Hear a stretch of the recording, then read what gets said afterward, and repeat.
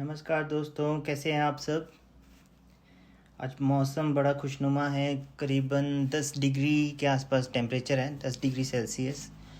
और थोड़ा ह्यूमिड सा माहौल है। घर के अंदर बहुत गर्मी लग रही है, बाहर खुशनुमा है।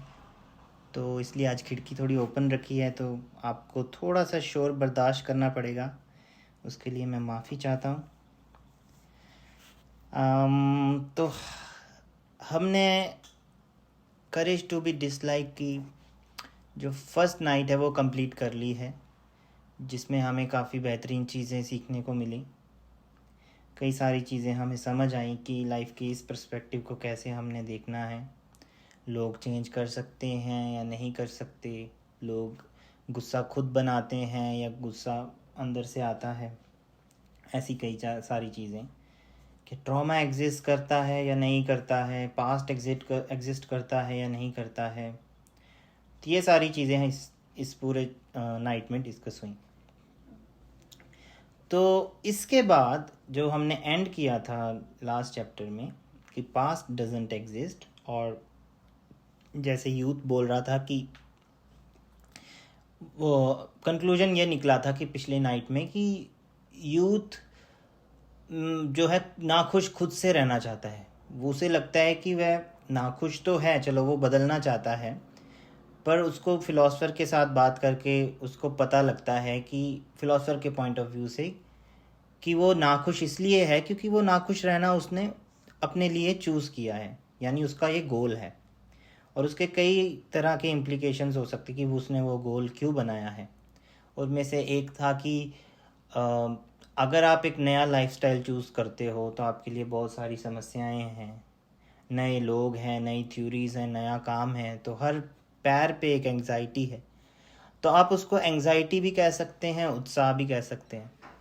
अगर आप उसको डर की भावना से देखोगे तो एंग्जाइटी कह सकते हैं। अगर आप उसको करेज या साहस की भावना से देखोगे तो आप उसको उत्साह कह सकते हैं कि अनसर्टेनिटी में ही मज़ा है।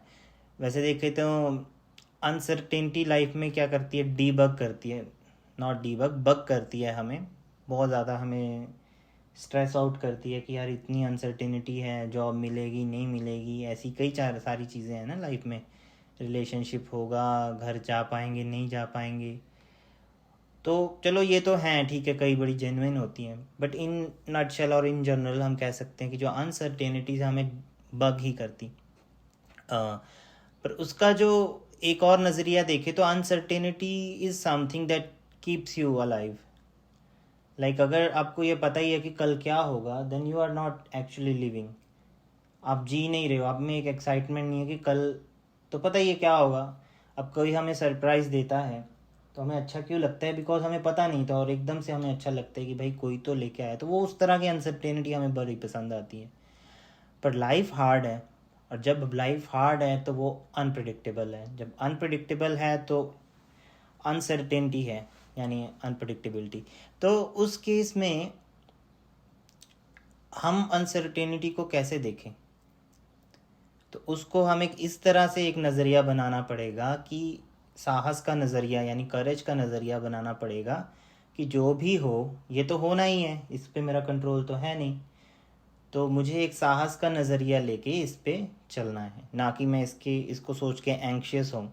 तो इसको और बारीक वे से टच किया है इस चैप्टर में, जो कि अगला मतलब सेकंड नाइट में जो चैप्टर है, बहुत ही बारीकी से इसके कोर को यहाँ पे स्ट्राइक किया हुआ है कि ऐसा क्यों होता है कि हम अनसर्टेनिटी से क्यों घबराते हैं।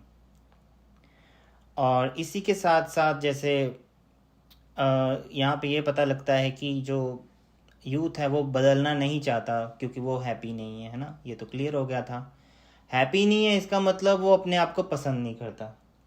अगर हम खुश हैं that means we love our self, but if you are not happy that means कि कहीं ना कहीं हम खुद से नाखुश हैं और खुद को नापसंद करते हैं।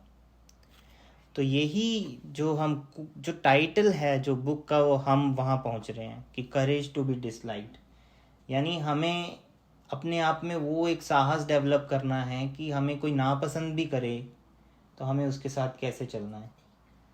और इसी कोर को आगे बहुत अच्छे से टच किया है। तो मैं अब ज़्यादा आपको बोर ना करते हुए आगे चैप्टर की तरफ चलता हूँ। तो शुरू करते हैं। The second night all problems are interpersonal relationship problems, यानी सारी की सारी जो समस्याएं हैं वो इंटरपर्सनल रिलेशनशिप समस्याएं हैं, यानी दो बंदों में जो उनके अंदरूनी, उनके भीतर जो होती हैं समस्याएं, उनके रिलेटेड है। तो पिछली बार उन्होंने, जो युवा है उसने वक्फा लिया था, यानी एक ब्रेक टाइम लिया था, जिसमें वो कहता था कि मैं अगर ज़्यादा सोचूंगा तो मेरा दिमाग फट जाएगा, तो मुझे 1 हफ्ता दो, मैं दोबारा आऊँगा। तो जो युवा था वो अपने वादे का बड़ा पक्का था। तो 1 वीक के बाद वो वापस फिलोसफर के पास आया और सच में उसने जाहिर किया कि उसको इतनी अर्ज हुई अंदर से, इतना उत्साह था कि वो 2-3 दिन में ही वापस आना चाहता था बात करने के लिए, उसको इतनी उत्सुकता थी। और उसने सारी चीज़ें बड़ी अच्छे से सोची और उसके जो डाउट्स हैं वो क्लियर हुए। शॉर्ट भाषा में, छोटे शब्दों में, टेलियोलॉजी वो चीज़ है जो किसी पर्पस को एट्रीब्यूट करती है, बल्कि ना वो कारण पे फोकस नहीं करती, बट वो गोल पे फोकस करती है, उसके पर्पस पे फोकस करती है। और अगर हम इटियोलॉजी की बात करें वो उल्टी है। तो यूथ के दिमाग में था कि जो ट्रॉमा है ना, जो ट्रॉमा का क्वेश्चन है कि वो एग्जिस्ट करता है नहीं करता, ये क्वेश्चन होना ही नहीं चाहिए, क्योंकि ये बहुत क्लियर है कि ट्रॉमा एग्जिस्ट करता है। लोग जो है बड़ी आसानी से भूतकाल को नहीं भूल सकते और वो कभी भी उससे फ्री भी नहीं हो सकते, ये यूथ के वर्ड से 1 हफ्ता सोचने के बाद भी। तो आज उस युवा ने सोचा कि मैं इस संघ की फिलॉसफर की थ्योरीज को निस्तो नाबूद कर दूंगा, निस्तो नाबूद मीन खारिज कर दूंगा, और आज ही के दिन सारे मामले में सेटल कर दूंगा, जो भी हमारी टॉक है। तो यहाँ से हम चैप्टर शुरू करते हैं।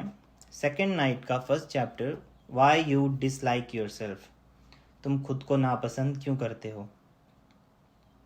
तो यूथ बोलता है, पिछली बार के बाद मैंने अपने आप को समझाया, मैंने अपने आप को शांत किया, फोकस किया और सब चीज़ों को दोबारा से सोचा, और मेरे पास कहने को है कि मैं अभी भी आपकी थ्योरी से एग्री नहीं कर रहा। तो फिलोसफर बोलता है, ओह, थोड़ा सा डिसअपॉइंटमेंट, और फिर वो बोलता है कि तुम्हें क्या चीज़ लगती है कि इसमें क्वेश्चनेबल है। तो यूथ बोलता है, एग्जाम्पल के लिए, उस दिन मैंने एडमिट किया कि मैं खुद को नापसंद करता हूँ। मैं कुछ भी मैं कर लूँ, मैं अपने आप में कुछ और नहीं देख पाया बस कमियों के, और मुझे ये, मेरे पास कोई रीज़न नहीं है कि मैं अपने आप को लाइक क्यों करूं, अपने आप को पसंद क्यों करूं, पर मैं फिर भी करना चाहता हूं। तुमने बताया कि हर चीज़ गोल से रिलेटेड है, बट यहाँ पे मेरा क्या गोल होगा। यहाँ पे मेरी क्या, यहाँ पे एडवांटेज है मेरे को, मैं खुद को अगर पसंद नहीं कर रहा तो इसके पीछे क्या छुपा हो सकता है, क्या मेरा लाभ है। और मेरे को ये सब करने से कोई एक चीज़ भी पॉजिटिव नहीं लग रही कि अगर मैं अपने आप को पसंद ना करूँ तो मेरी लाइफ में ये चीज़ अच्छी होगी। तो फिलोसफर बोलता है, आई सी, तुम्हें ऐसा लगता है कि तुम्हारे पास कोई स्ट्रॉन्ग पॉइंट नहीं है, तुम्हें सिर्फ और सिर्फ तुम्हारे पास कमियां ही कमियां हैं। कोई भी फैक्ट हो, मैटर ये करता है कि तुम फील कैसे करते हो। दूसरे शब्दों में कह लूँ तो तुम्हारी जो सेल्फ एस्टीम है वह बहुत लो है, बहुत कम है। क्वेश्चन यहाँ पे ये आता है, प्रश्न ये आता है कि तुम ऐसा फील क्यों करते हो, तुम इतना दुखी फील क्यों करते हो, तुम अपने आप को ऐसे क्यों देखते हो, इतने कम सेल्फ एस्टीम से क्यों देखते हो। तो यूथ वहाँ पे बोलता है, ये फैक्ट है कि मेरे पास कोई स्ट्रॉन्ग पॉइंट्स नहीं है। तो फिलोसफर बोलता है, तुम गलत हो, तुम सिर्फ अपनी कमियों को नोटिस में लेके आते हो, क्योंकि तुमने ये बना लिया है मन कि तुम अपने आप को पसंद नहीं करोगे, और अगर तुम अपने आप को पसंद नहीं करोगे तो तुम कभी भी अपने स्ट्रॉन्ग पॉइंट्स नहीं देख पाओगे, और सिर्फ तुम अपनी कमियों पे फोकस करोगे। पहले तो इस बात को समझो। तो यूथ बोला, मैंने अपने आप को नापसंद करना अपने आप को समझा लिया है, क्वेश्चन मार्क। तो फिलोसफर बोलता है, सही, तुम्हारे लिए अपने आप को नापसंद करना एक तरह की प्रॉपर्टी बन गई है। और यूथ बोलता है, क्यों, किस लिए? तो फिलोसफर बोलता है कि तुम्हें शायद ये चीज़ खुद सोचनी चाहिए। चलो तुम ये बताओ कि तुम्हारे पास किस तरह की शॉर्ट कमिंग्स है, किस तरह की कमियां हैं जो तुम सोचते हो। तो यूथ बोलता है कि मैंने ये पहले से ही नोटिस किया हुआ है। सबसे पहले मेरी पर्सनालिटी, मेरे में सेल्फ कॉन्फिडेंस नहीं है, मैं बहुत निराशावादी हूँ, हर चीज़ को मैं निराशा की नज़र से देखता हूँ, और शायद मैं बहुत ज़्यादा सेल्फ कॉन्शियस हूँ। मेरे को इस चीज़ से बहुत फ़र्क पड़ता है कि लोग मेरे बारे में क्या सोच रहे हैं, और मैं इस तरह की ज़िंदगी जीता हूँ जिसमें मुझे लगता है कि लोग मेरे पे एतबार नहीं करते, लोग मेरे पे विश्वास नहीं करते। तो इसलिए मैं कभी भी नेचुरली एक्ट नहीं कर पाता। जब भी मैं कुछ बोलता हूँ या करता हूँ, कोई ना कोई थियोरेटिकल वहाँ पे चीज़ होती है, थेट्रिकल सॉरी, कोई ना कोई ड्रामा, कुछ ना कुछ इन्वॉल्व होता है, और मुझे लगता है कि अगर मैं बोल दूंगा तो कोई ड्रामा छोटा मोटा क्रिएट हो जाएगा। और ये मेरी पर्सनैलिटी नहीं है। ये सिर्फ मेरे पर्सनैलिटी के बारे में नहीं है, ये मेरे शक्ल के बारे में भी है और मेरी शरीर के बारे में भी है। तो यहाँ पे जो युवा अपनी सारी कमियां बताता है कि वो ये सोचता है, ठीक है, वो पैसिमिस्टिक है, और उसको अपनी बॉडी भी पसंद नहीं है, फेस भी पसंद नहीं है, और उसको लोगों में बात करने में भी कॉन्फिडेंस नहीं आता। उसको लगता है कि मैं कुछ गलत बोल दूंगा तो वो मतलब मज़े का पात्र बन जाएगा लोगों के लिए। तो इस तरह की चीज़ें अगर आप अपने आप में झांके तो हर एक में ही मेरे ख्याल से कुछ ना कुछ इसके एलिमेंट्स होंगे। तो किसी को लोगों में बात करना किसी के लिए मुश्किल होता है, किसी को ऐसा लगता है कि मेरा चेहरा अच्छा नहीं है, किसी को लगता है मेरी बॉडी अच्छी नहीं है, तो आप रिलेट जो है कर सकते हैं। तो आगे दार्शनिक कहता है कि जब तुम अपनी शॉर्ट कमिंग्स के बारे में बोल रहे हो, उनको लिस्ट कर रहे हो, तुम किस तरह के मूड में अपने आप को ले जाते हो। तो युवा बोलता है, ये बहुत बुरा है, बहुत ही बुरे मूड में मैं ले जाता हूँ, प्राकृतिक रूप से चल जाता है। अब ये भी मैं श्योर हूँ कि कोई भी इंसान मेरे जैसे बंदे के साथ इन्वॉल्व होना नहीं चाहेगा जो इतना दुखी है, और अगर कोई और भी दुखी होगा तो मैं भी उससे दूरियां बना के ही रखूँगा। तो फिलोसफर बोलता है, आई सी, तो इसका मतलब ये सब कुछ सेटल हो गया, जो तुमने कहा वो सेटल कर दी उसने बात। तो यूथ बोलता है, तुम्हारा क्या मतलब है? तो दार्शनिक यहाँ पे बोलता है कि ये चीज़ समझना तुम्हें तुम्हारी एग्जाम्पल से मुश्किल होगा, इसलिए मैं तुम्हें कुछ और बताता हूँ। तो मैं इस स्टडी को अपनी सिंपल काउंसलिंग सेशन के लिए यूज़ करता हूँ। तो कुछ सालों की बात है, मेरे यहाँ एक फीमेल स्टूडेंट आती थी। वो वहीं पे बैठती थी जहाँ पे तुम बैठे हो सेम चेयर में, और उसका कंसर्न था fear of blushing. Blushing is like गाल लाल हो जाते हैं ना, शर्मा जाना है ना। हाँ, तो उसका जो कंसर्न था, उसका जो मसला था वो था फियर ऑफ ब्लशिंग। उसको डर था ब्लश ना वो कर जाए, और उसने बोला कि वो हमेशा ही रेड हो जाती थी जब भी वो, मतलब उसके गाल, ना कि वो वो जब भी पब्लिक में जाती थी तो उसके जो गाल हैं वो रेड हो जाते थे, मतलब पीपल कॉन्शियस हो जाती थी वो, और वो कुछ भी कर सकती थी इस चीज़ से बचने के लिए। मैंने उसको पूछा, अगर तुम इसको क्योर कर पाओ तो तुम क्या करोगी? तो उसने कहा, अगर ये क्योर हो जाता है तो एक आदमी है जिसको वो चाहती है, उसके लिए उसके पास सीक्रेटली फीलिंग है उस आदमी के लिए, बट वो बोलना नहीं चाहती उसके सामने इस चीज़ को, जब वो ब्लशिंग उसकी क्योर हो जाए, जो प्रॉब्लम है, मसला है ब्लशिंग का, वो क्योर हो जाए, तो वो अपनी सारी इच्छा उसके सामने प्रकट कर देगी। तो यूथ बोलता है हाँ ठीक है।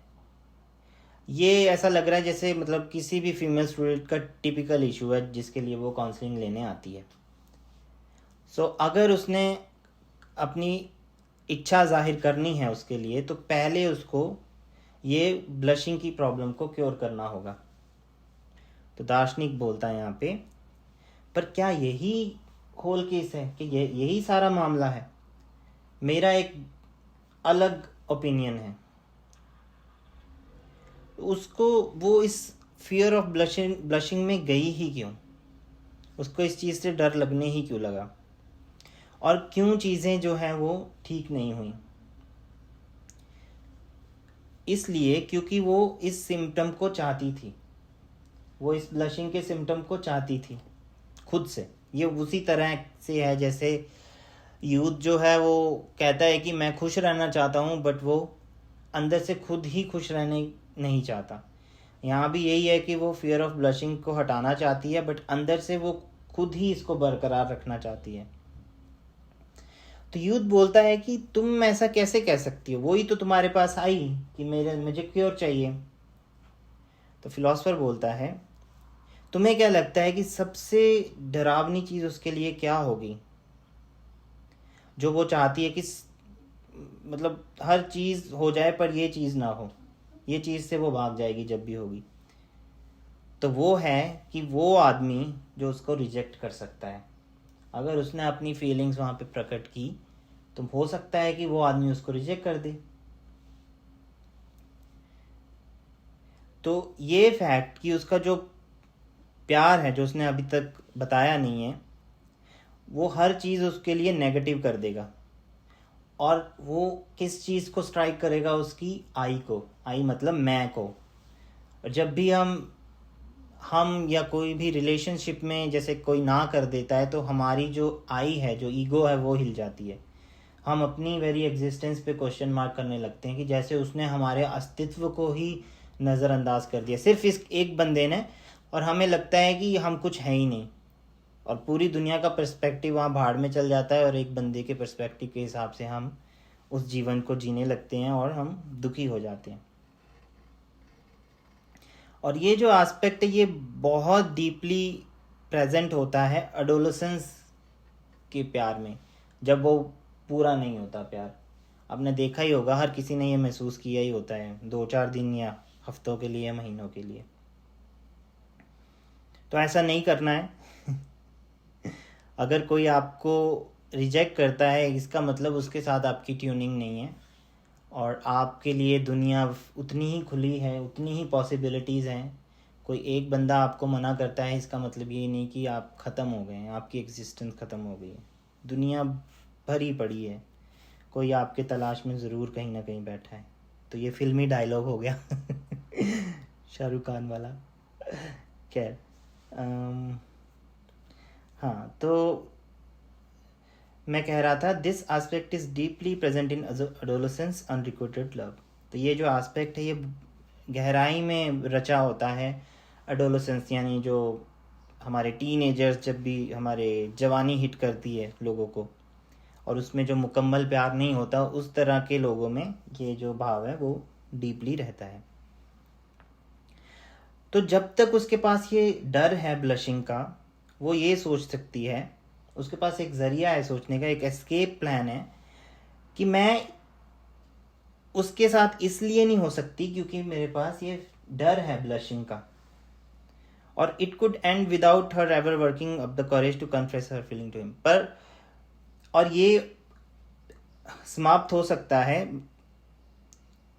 let me read it once more, it could end without her ever working up the courage to confess her feeling to him। तो ये मतलब ज़रूरी नहीं है कि उसको वो पहले जाके कन्फेस करे, इच्छा जताए, फिर ही ये डर ख़त्म होगा। ये पहले भी डर ख़त्म हो सकता है, और वो अपने आप को कन्विंस कर सकती है कि भाई वो उसको रिजेक्ट कर ही देगा, चाहे ब्लशिंग का डर हो या ना हो, दोनों केस में वो हो सकता है।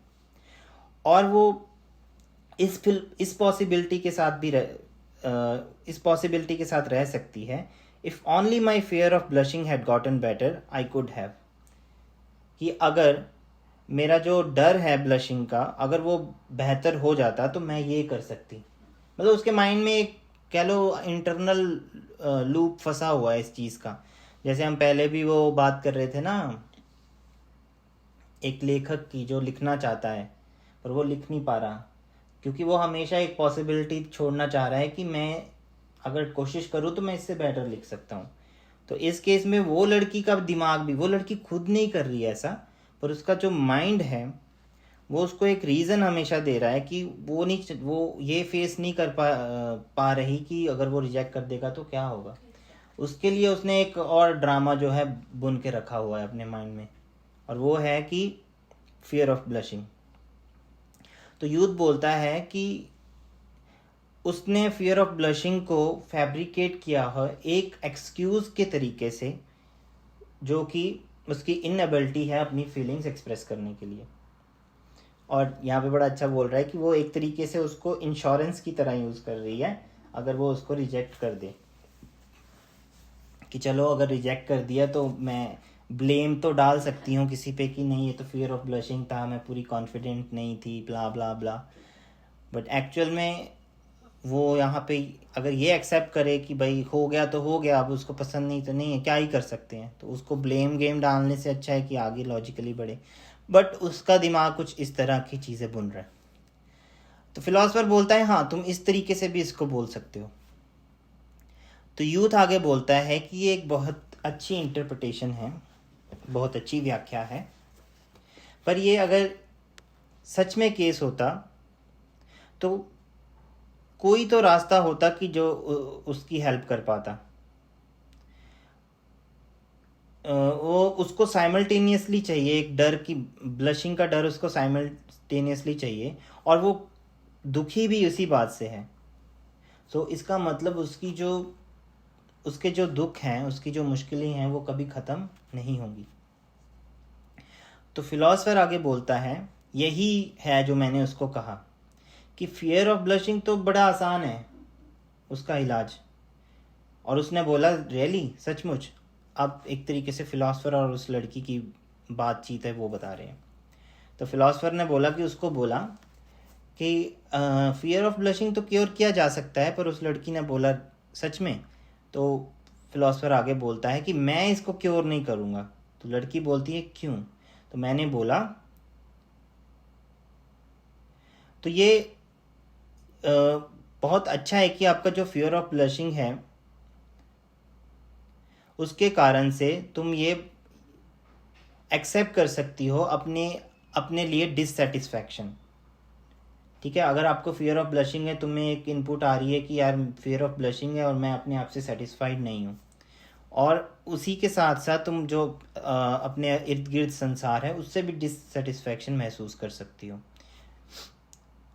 और तुम्हारी फियर ऑफ ब्लशिंग के लिए एक और धन्यवाद है कि इसके कारण ही तुम्हें ये फीलिंग्स जो है आई हैं अपने साथ खुश ना रहने की।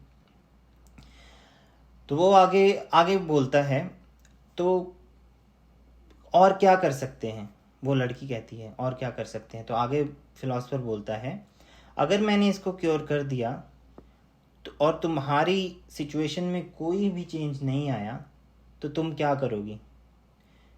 और फिर तुम क्या करोगी? तुम मेरे पास आओगी और तुम कहोगी कि मेरे को वो फियर ऑफ ब्लशिंग वापस दे दो, और ये मेरी एबिलिटी से बाहर होगा।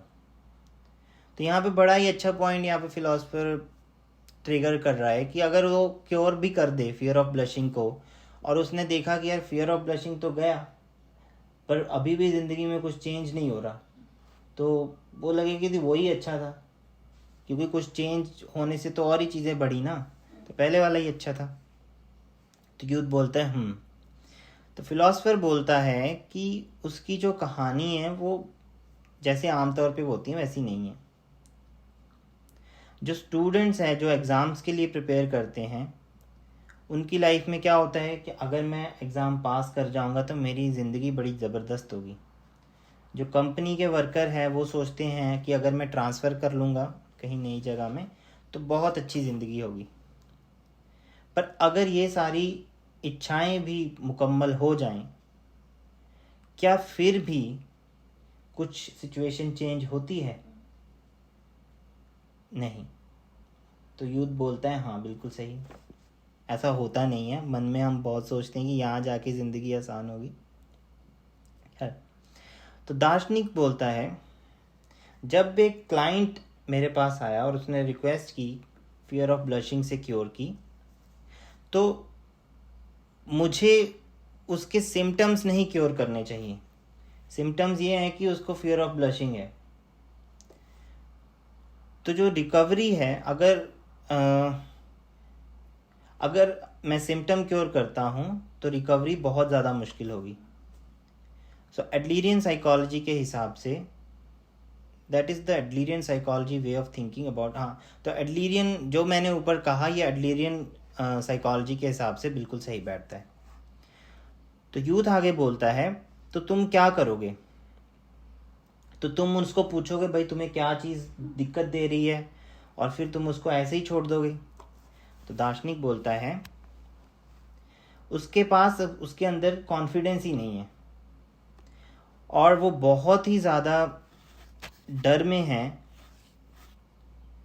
कि अगर वो उसको बताए अपनी फीलिंग्स तो वो रिजेक्ट हो जाएगी, और अगर ये होगा तो उसको और ज़्यादा कॉन्फिडेंस उसका हिट होगा और वो दुखी हो जाएगी। इसलिए उसने ये symptom of fear of blushing develop किया अपने अंदर। तो सबसे पहला जो काम उस बंदे को, उस लड़की को करना चाहिए, सबसे पहले उसे एक्सेप्ट करना चाहिए अपने आप को,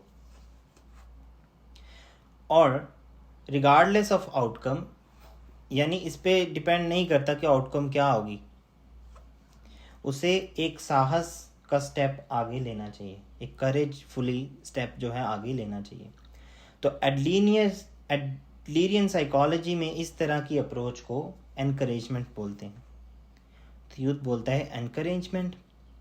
तो फिलॉसफर आगे बोलता है, हाँ मैं इसको सिस्टमेटिकली समझाऊंगा, तरीके से समझाऊंगा कि जैसे हमारी जो डिस्कशन है वो थोड़ी आगे बढ़ेगी, मैं इस चीज़ को समझाऊंगा। तो अब अभी हम वहाँ पे नहीं पहुँचे हैं। तो यूथ बोलता है ठीक है, ये मेरे लिए काम करेगा, पर इन द मीन टाइम, पर अब मैं इस वर्ड जो एनकरेजमेंट है इसको अपने मन में रखूँगा। सो आगे उसके साथ क्या हुआ, लड़की के साथ? तो फिलॉसफर बोलता है अपरेंटली कि उसने किसी ग्रुप ऑफ फ्रेंड्स को ज्वाइन कर लिया, और उस बंदे के साथ वो टाइम स्पेंड करने लगी। और एक समय ऐसा आया कि उस बंदे ने ही उस लड़की के लिए अपनी फीलिंग्स बता दी, और वो रिलेशनशिप में आ गए। और उसके बाद वो लड़की कभी भी मेरे पास नहीं आई, और मुझे नहीं पता कि उसके फियर ऑफ ब्लशिंग था उसका क्या हुआ। शायद उसको उसकी अभी ज़रूरत ही नहीं थी। तो वो जो उसने करेज का स्टेप दिखाया, जो उसने ज्वाइन किया ग्रुप ऑफ फ्रेंड और टाइम स्पेंड किया बिना किसी एक्सपेक्टेशन के, शायद वो काम कर गया। तो यूथ वहाँ पे बोलता है कि क्लियरली उसको अब उसकी ज़रूरत नहीं थी। तो फिलॉसफर बोलता है दैट्स राइट। अब इस स्टूडेंट की स्टोरी जो है दिमाग में रखो, और तुम अपनी प्रॉब्लम के बारे में सोचो। तुम्हें लगता है, तुमने कहा कि अभी वर्तमान में तुम सिर्फ अपनी कमियों पे फोकस करते हो, और ये अनलाइकली है, ये कभी हो नहीं सकता कि तुम अपने आप को पसंद करोगे। और तब तुमने कहा कोई भी ऐसा बंदा नहीं होगा जो मेरी तरीके के बंदे के साथ इन्वॉल्व होना चाहेगा, बातचीत करना चाहेगा। तो मुझे लगता है कि तुम्हें ये सब समझ है। तो तुम अपने आप को नापसंद क्यों करते हो? तुम अपनी नाकामियों पर ही फोकस क्यों करते हो? और तुमने क्यों अपने आप में ये मान लिया है कि अपने आप को पसंद करना ही नहीं है? इसका एक ही कारण है कि तुम बहुत ज़्यादा डरे हुए हो इस चीज़ से कि लोग तुम्हें नापसंद करेंगे, और तुम जो इंटरपर्सनल रिलेशनशिप में जाओगे जब, या होते ही हैं हम, उसमें तुम हर्ट हो जाओगे। तो यूथ बोलता है what do you mean by that, तुम्हारा इससे क्या तात्पर्य है। तो फिलोसोफर बोलता है जिस तरह जो युवती थी उसमें ये फियर ऑफ ब्लशिंग था, जिसको ये डर था कि वो किसी आदमी से रिजेक्ट हो जाएगी, और तुम में ये डर है कि तुम लोगों के द्वारा रिजेक्ट हो जाओगे, लोगों की तरह निगेट हो जाओगे। तो तुम्हें डर है कि तुम्हें रिफ्यूज़ कर दिया जाएगा, और जिसके कारण तुम में डीप गहरे मेंटल वुंड्स जन्म लेंगे। तो तुम्हें लगता है कि इस तरह की सिचुएशन में उलझने के बजाय ये सबसे अच्छा होगा कि तुम किसी के साथ रिलेशनशिप ही ना रखो सबसे पहले। और दूसरी भाषा में तुम्हारा जो गोल है वो है कि तुम किसी रिलेशनशिप में जाओ ही ना, ताकि तुम हर्ट ही ना हो सको। तो यूथ बोलता है हाँ। तो फिलोसोफर आगे बोलता है अब उस गोल को रियलाइज कैसे किया जाए। तो उत्तर है बड़ा आसान है। अपनी शॉर्टकमिंग्स को ढूंढो, उनको नापसंद करो, और कोई ऐसा बंदा बनो जो इंटरपर्सनल रिलेशनशिप में जाता ही नहीं है। तो ये गोल की बात कर रहा है यहाँ पे, क्योर की बात नहीं कर रहा कि उस युवा का गोल क्या है। तो युवा का गोल है बड़ा आसान फिलोसोफर के हिसाब से कि भाई ऐसी सिचुएशन से बचना है, सीधा अपने आप में कोई कमी ढूंढो, अपने आप को नापसंद करना शुरू करो, और इससे क्या होगा, तुम इंटरपर्सनल रिलेशनशिप से दूर रहोगे और तुम बचे रहोगे। तो एक तरीके से अपने आप में ना अपने ऊपर एक शेल ओढ़ लेना। तो इस तरीके से तुम अपने आप को एक शेल में ओढ़ लोगे, और जब भी तुम्हें किसी के साथ इंटरेक्ट करने की ज़रूरत नहीं होगी, और अगर होगी भी तो तुम्हारे पास हमेशा एक जस्टिफिकेशन होगी, कोई ना कोई जस्टिफिकेशन होगी तुम्हारे पास। और जैसे कि कोई ना कोई नाकमी है तुम में, और अगर ये चीज़ नहीं होता, अगर ये चीज़ उल्टी होती तो तुम्हें लोग बहुत प्यार भी करते। तो यूथ हंसता है कि तुमने मुझे बहुत बुरी सिचुएशन में अभी जकड़ लिया है। तो फिलोसोफर बोलता है तुम भागो मत, तुम वैसे रहो जैसी तुम्हारी नाकामियां हैं वैसे ही रहो। ये एक बड़ा अनमोल प्रॉपर्टी है तुम्हारी, और दूसरी भाषा में ये तुम्हारे लिए एक तरीके का बेनिफिट है। तो इसको और समझते हैं। तो यूथ बोलता है ये सुन के मुझे दुख लगा, ये कितना बुरा है कि ये सच है कि मैं डर रहा हूँ, और मैं किसी इंटरपर्सनल रिलेशनशिप में जाके दुखी भी नहीं होना चाहता, और मैं ये भी नहीं चाहता कि कोई मैं कौन हूँ उस पर कोई उंगली उठाए। ये सब बहुत मुश्किल है एडमिट करने के लिए, पर ये सही है। तो फिलोसोफर बोलता है admitting is a good attitude, मतलब तुम जो एडमिट कर रहे हो अच्छा स्वभाव है, पर भूलो मत ये कभी नहीं हो सकता कि तुम किसी इंटरपर्सनल रिलेशनशिप में जाओ और तुम कभी हर्ट मत ना हो। जब भी तुम किसी इंटरपर्सनल रिलेशनशिप में जाओगे, तुम ये रोका ही नहीं जा सकता, तुम चाहे थोड़े लेवल पे चाहे बड़े लेवल पे कहीं ना कहीं तुम हर्ट जो है ज़रूर होगे, और तुम किसी और को भी हर्ट ज़रूर करोगे। एडलर ने यहाँ कहा था अपनी प्रॉब्लम से अगर छुटकारा चाहते हो तो तुम सिर्फ एक चीज़ कर सकते हो कि तुम पूरी दुनिया में सिर्फ अकेले रहो, बट ऐसी चीज़ हो नहीं सकती। तो यहाँ पे पहला चैप्टर ख़त्म होता है। तो मैं थोड़ा सा इसको समराइज़ करता हूँ, फिर हम चैप्टर 2 पे जाते हैं। कि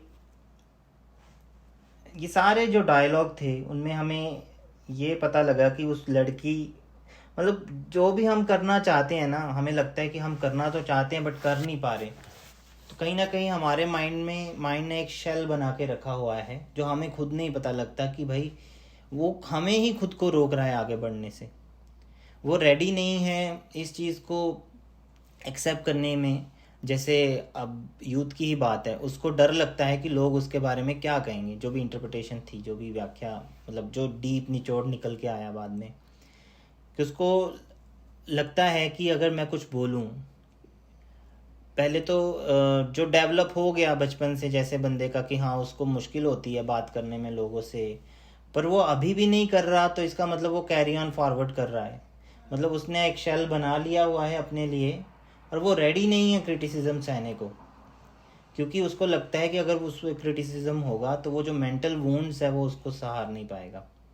तो वो करेज वो अपनी मिस कर दिया है, और उस करेज को मिस करने के चक्कर में वो एक शेल बना के अपने दिमाग में रखा हुआ है कि मेरे में ये कमियां हैं, मेरे साथ ये पहले ऐसे हुआ, मेरे पास में ऐसा हुआ, तो मैं जस्टिफाइड हूँ कि ठीक है मैं जैसा हूँ ठीक है, अगर मैं नहीं बात कर पा रहा तो इट्स ओके।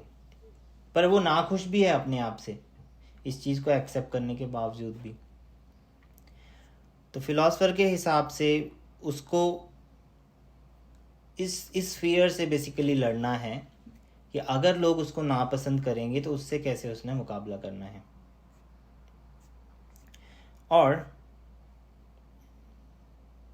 जो इंटरपर्सनल रिलेशनशिप की बात कर रहा है वो, कि जब भी दो बंदे कनेक्टेड हैं आपस में, ऑब्वियसली एक बंदा ए है एक बंदा बी है, उनके अलग विचार है, 100% वो राइम इंटरसेक्ट नहीं कर सकते, जब भी हैं तो कहीं ना कहीं आर्गूमेंट होंगे, कोई एक दोनों में से हर्ट होगा, उससे एस्केप नहीं किया जा सकता, ये एक बड़ी नेचुरल चीज़ है।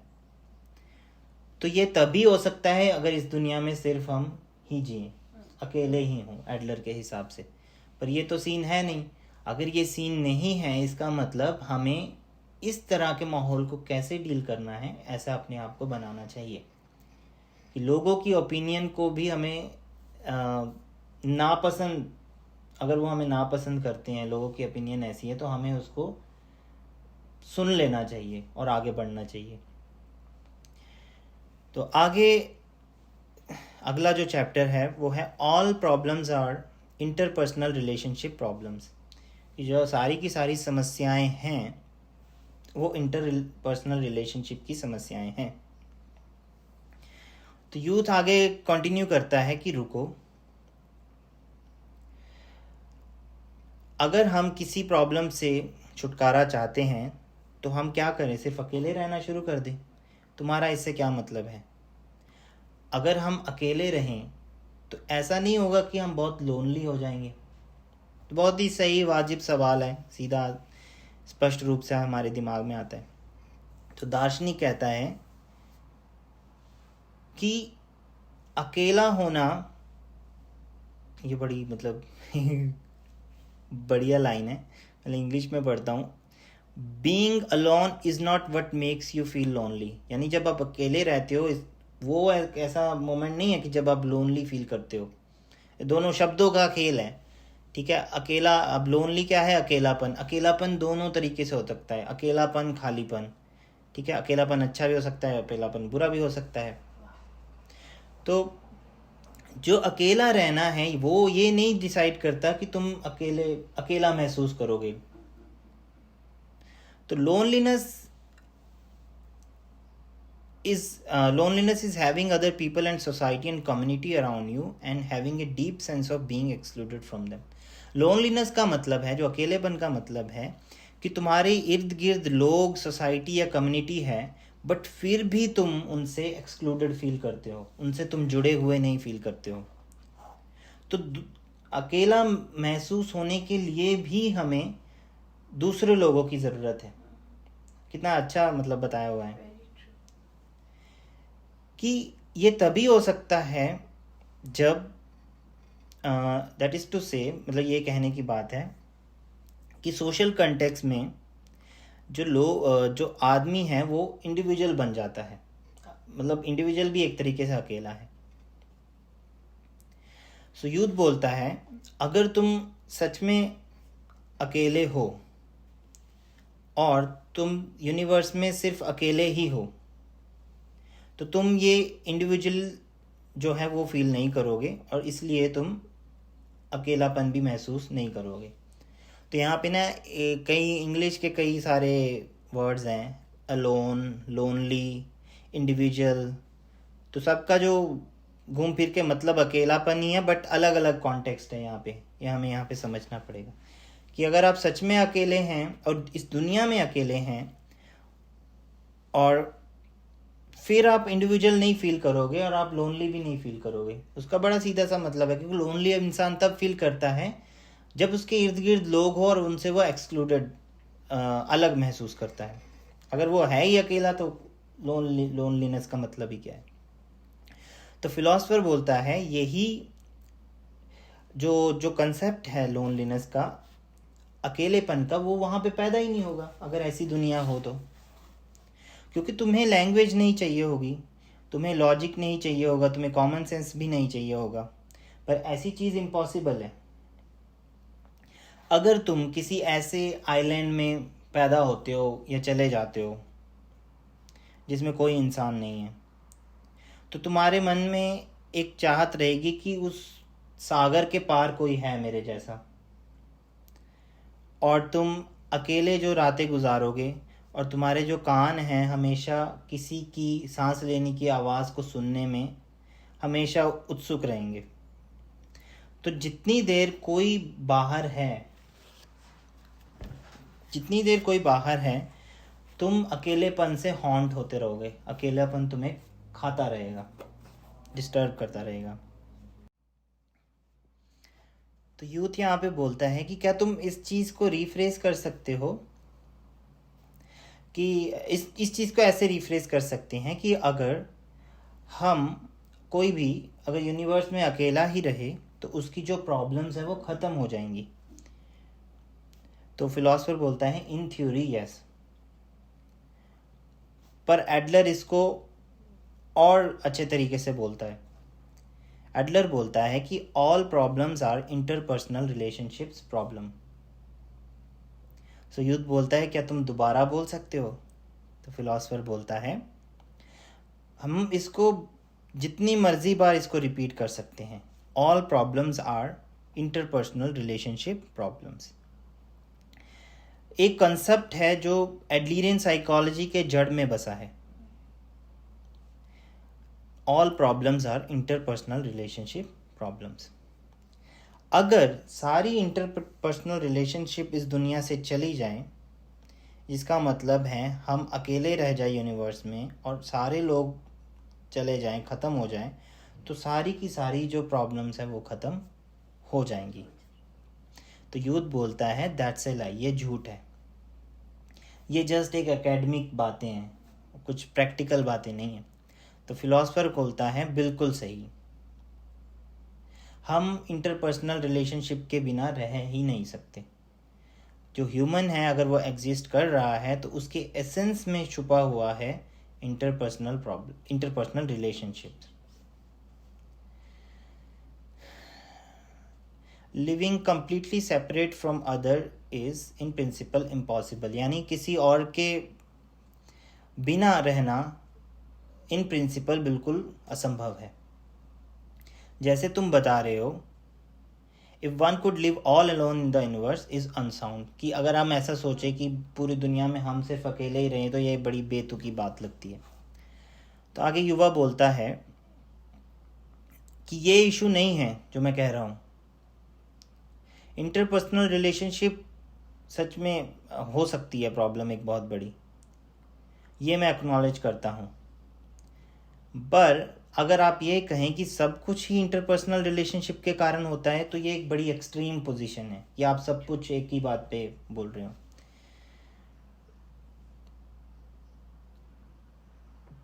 तो क्या अगर हम कहें कि कोई भी प्रॉब्लम है हमारी ज़िंदगी में, जैसे कोई बंदा अपने आप से दुखी होता है या दुखी किसी के द्वारा दुखी हो जाता है, कि सब चीज़ को हम इंटरपर्सनल रिलेशनशिप से कनेक्ट कर दें?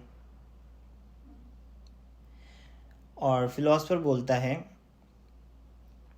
ऐसी कोई चीज़ नहीं है, ऐसी कोई चिंता नहीं है जो इंडिविजुअल से डिफाइन हम कर सकते हैं। तो यूथ का कहना है कि अगर हम इंडिविजुअल लेवल पे कुछ सोचें, कोई चिंता हमें हो रही है, क्या उसका भी कोई कनेक्शन है उससे? तो फिलोसफर बोलता है कि ऐसा कुछ नहीं है, इंडिविजुअल लेवल पे हमें कभी कोई तकलीफ़ जो है, चिंता नहीं होती, या हम कह सकते हैं कि जो इंटरनल वरी है वो एग्जिस्ट ही नहीं करती। तो जब भी कोई चिंता आती है तो उसके जो परछाई में, उसकी जो छाया में हमेशा कोई दूसरे लोग प्रेजेंट होते हैं, कोई ना कोई और वहाँ पे प्रेजेंट होता है। तो यूथ बोलता है पर फिर भी तुम फिलोसफर हो, जो ह्यूमन बीइंग्स हैं उनकी जो प्रॉब्लम्स है वो बहुत बड़ी हैं, जैसे इंटरपर्सनल रिलेशनशिप से तो बहुत बड़ी हैं, जैसे खुशी क्या है, आज़ादी क्या है, ज़िंदगी का मीनिंग क्या है, ये सारी चीज़ें, ये जब से एंशियंट ग्रीक्स ने शुरू किया है ये सब इन्वेस्टिगेट करना, तब से चली आ रही हैं। और तुम कह रहे हो कि इंटरपर्सनल रिलेशनशिप ही सब कुछ है। तो ये बड़ा ना मेरे को मामूली लगती है। तो ये बड़ा मुश्किल है बिलीव करना कि फ़िलासफ़र ऐसे कह सकता है। तो यूथ को लगता है कि दुनिया में इंडिविजुअल लेवल की देखो कितनी मुश्किलें हैं, मैं कौन हूँ, मैं कहाँ से आया हूँ, ज़िंदगी क्या है, आज़ादी क्या है, ज़िंदगी का पर्पस क्या है, ये सारे इंडिविजुअल क्वेश्चंस हैं हमारे। मरने के बाद क्या होगा, भगवान है नहीं है, तो इस तरह के क्वेश्चंस उसको लगता है कि ये पर्सनल रिलेशनशिप से थोड़ी जुड़े हुए हैं। तो वो उसको लगता है कि ये जो फिलोसफर है ये कैसे मामूली सी बात कर रहा है, और उसको हैरानी हुई कि एक दार्शनिक भी ऐसी बात कर सकता है। तो फिलोसफर बोलता है